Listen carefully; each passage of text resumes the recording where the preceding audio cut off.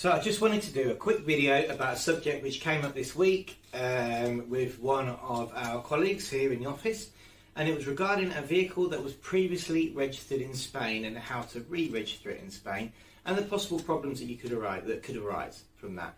Okay, so the first thing is, if a vehicle used to be registered in Spain, it's no longer registered in Spain, when that vehicle was deported from Spain, there's a process that the person who deported that vehicle should have gone through, and that's called a baja definitiva.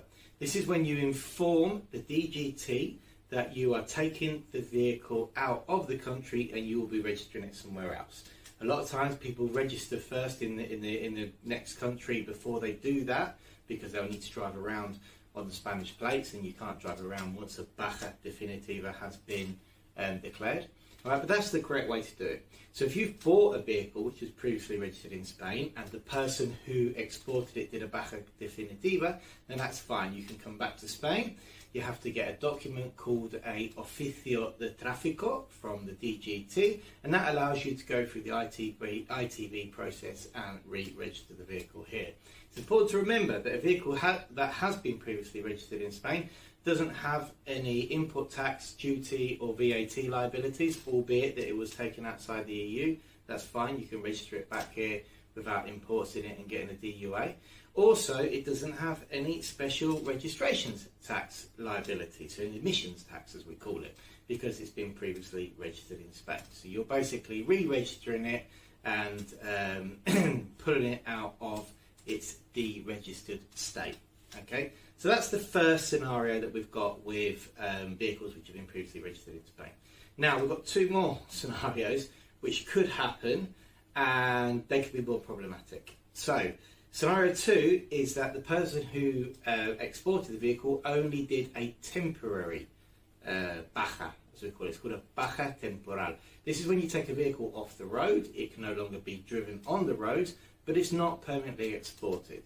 The problem with this is that the operation then to get that back into someone else's name, okay, first thing you'd have to do is pull it out of the temporary registry, and this would have to be the person who put it in to temporary off-road status, shall we call it?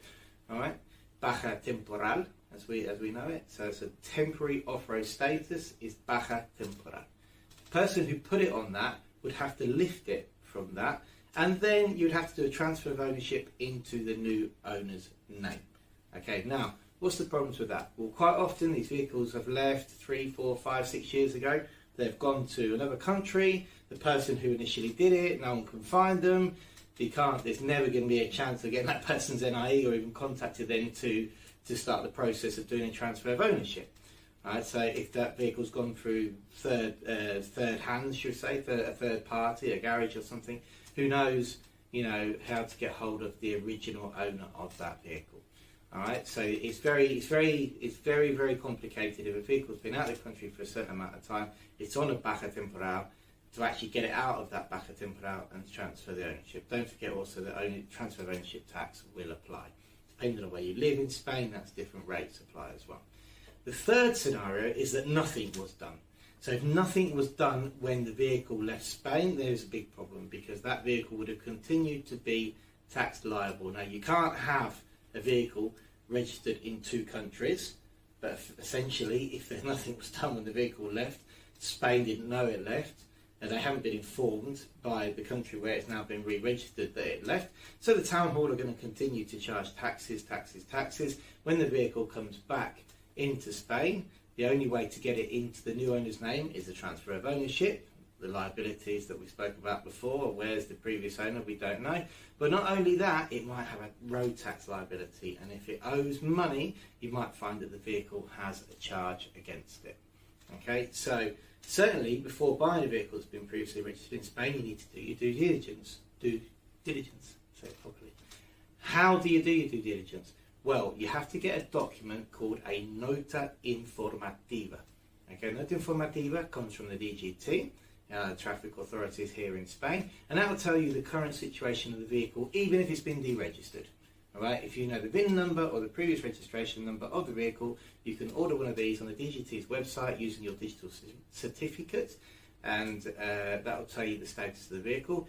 If you don't have a digital certificate, then you can get a traffic gestor, for example, to order one for you. So you'll get, we know what gestors are. People are looking. I'm going to do another video about gestors, so don't worry if you don't know what a gestor is. But there's a specialist in traffic related services here in Spain called gestors, and you can contract them. There's also various online services as well to get a nota informativa for a vehicle. So there you have it.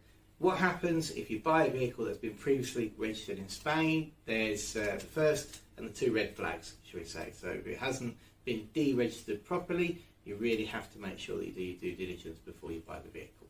That's it. Thanks for watching. I'll be doing more videos about things that come up in the office, because that's where all these videos come from. Please subscribe on one of these ticky boxy things, the bell I think it is at the top.